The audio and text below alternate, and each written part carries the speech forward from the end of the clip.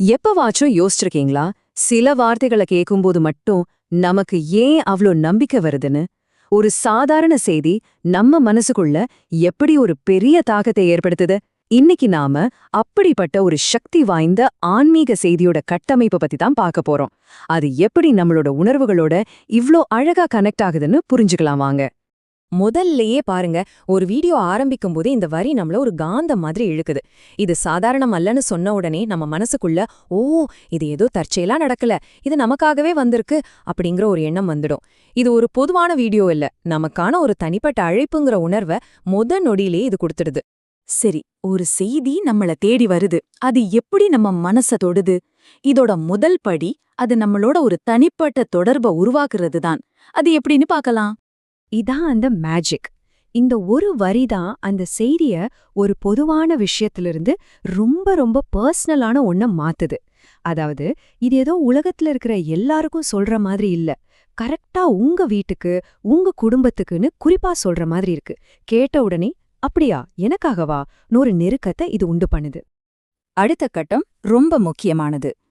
ஒரு செய்தி நமக்காக வந்திருக்குன்னு தெரிஞ்சதும் அது நம்மள எவ்வளவு ஆழமா புரிஞ்சுக்கிட்டு இருக்குன்னு காட்டுறதுதான்.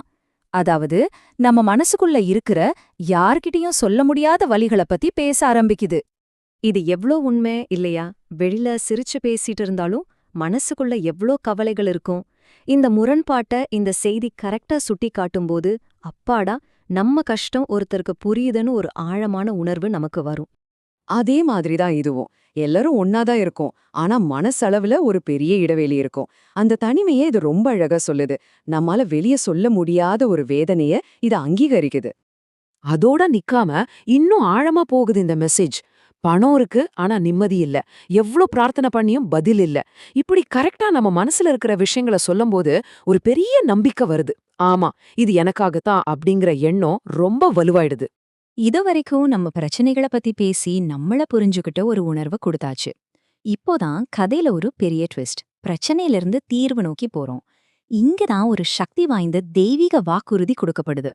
பாருங்க, எவ்வளவு நேரடியான உறுதியான ஒரு வாக்குறுதி. இது யாரோ சொல்ற மாதிரி இல்ல, கடவுளே நேரடியா சொல்ற மாதிரி, நான் அற்புதம் செய்வேன்னு ஒரு வாக்குறுதி. இது வெறும் ஆறுதல் வார்த்தை இல்ல, இது ஒரு சத்தியம் மாதிரி நம்ம மனசுல பதியுது. இந்த அற்புதம் என்னென்ன செய்யும்னு பாருங்க. சண்டை, கடன், நோய், வேலைவாய்ப்புன்னு நம்ம வாழ்க்கையோட எல்லா முக்கியமான பகுதியிலையும் ஒரு மாற்றம் வரும் சொல்லுது. இது ஏதோ ஒரு பிரச்சனைக்கு மட்டும் தீர்வு இல்லாம ஒரு முழுமையான நிவாரணத்துக்கான வாக்குறுதியா இருக்கு. இந்த ஒரு வரி தான் மொத்த நம்பிக்கையையும் அடுத்த கட்டத்துக்கு கொண்டு போகுது. மனுஷனால முடியாதுன்னு நாம நினைக்கிற இடத்துல தான் தெய்வம் வேலை செய்யும் சொல்றது நம்மளோட கடைசி நம்பிக்கையும் பலப்படுத்துது. இனிமேல் எதுவும் சாத்தியம்தான்னு ஒரு தைரியத்தை கொடுக்குது. சரி, இப்போ நம்மள வெறும் கேள்வியாளரா மட்டும் வைக்காம இதுல பங்கெடுக்க வைக்கிறாங்க. எப்படின்னா, ஒரு சின்ன வழிகாட்டுதல் மூலமா. இது வெறும் மனசளவுல இல்ல, நம்ம உடலையும் இதுல ஈடுபடுத்துது. ஏன் கைய இதயத்துல வைக்க சொல்றாங்க? ஏன்னா, வெறும் மனசால யோசிக்கிறத விட உடலால ஒரு விஷயத்த செய்யும்போது அதோட தாக்கம் ரொம்ப அதிகமா இருக்கும். இதயத்துல கைய வச்சு ஜெபம் செய்யும்போது அந்த வார்த்தைகள் இன்னும் ஆழமா நம்ம மனசுல பதியும். இந்த ஜெபத்தை கவனிச்சீங்கன்னா, முன்னாடி சொன்ன எல்லா பிரச்சனைகளுக்கும், எல்லா வாக்குறுதிகளுக்கும் இது ஒரு தொகுப்பு மாதிரி இருக்கும். இத நாம சொல்லும்போது அந்த பொதுவான வாக்குறுதிகளை நமக்கானதா மாத்திக்கிறோம். இது ஒரு ரொம்ப பர்சனலான அனுபவமா மாறுது. கடைசியா இந்த தனிப்பட்ட அனுபவத்தை எப்படி ஒரு சமூக அனுபவமா மாத்துறாங்கன்னு பார்க்கலாம். நம்பிக்கைய வாங்குறதோட மட்டும் இல்லாம அத மத்தவங்களோட பகிர்ந்துக்கவும் இது தூண்டுது. இது ரொம்ப புத்திசாலித்தனமான ஒரு விஷயம். நீங்க ஆமென்னு டைப் பண்ணும்போது அது உங்க நம்பிக்கைக்கான ஒரு பொது அறிவிப்பு. அதே மாதிரி ஆயிரக்கணக்கான பேர் ஆமென் சொல்லும்போது நம்ம தனியா இல்ல, நம்மள மாதிரி நிறைய பேர் இருக்காங்கன்னு ஒரு தைரியம் வரும்.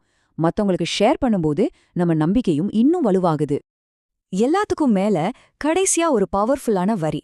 எப்பவாவது நடக்கும்னு சொல்லாம இன்று ஞாயிறுன்னு ஒரு குறிப்பிட்ட டைம் சொல்றது அந்த நம்பிக்கைய ரொம்ப பக்கத்துல உடனடியா நடக்க போற ஒரு விஷயமா மாத்துது. இது ஒரு உடனடி நம்பிக்கைய கொடுக்குது. கடைசியா இந்த ஒரு கேள்வியோட நம்ம முடிக்கலாம். எப்படி ஒரு சிம்பிளான மெசேஜ் இவ்ளோ பெரிய நம்பிக்கைய நம்ம மனசுக்குள்ள விதைக்க முடியுது? சரியான வார்த்தைகள் சரியான நேரத்துல சரியான வரிசையில சொல்லப்படும்போது அது எவ்ளோ பெரிய மாற்றத்தை ஏற்படுத்துங்கிறதுக்கு இது ஒரு நல்ல உதாரணம். இந்த கட்டமைப்பு தான் வெறும் வார்த்தைகளை வாழ்க்கைய மாத்தக்கூடிய ஒரு அனுபவமா மாத்துது.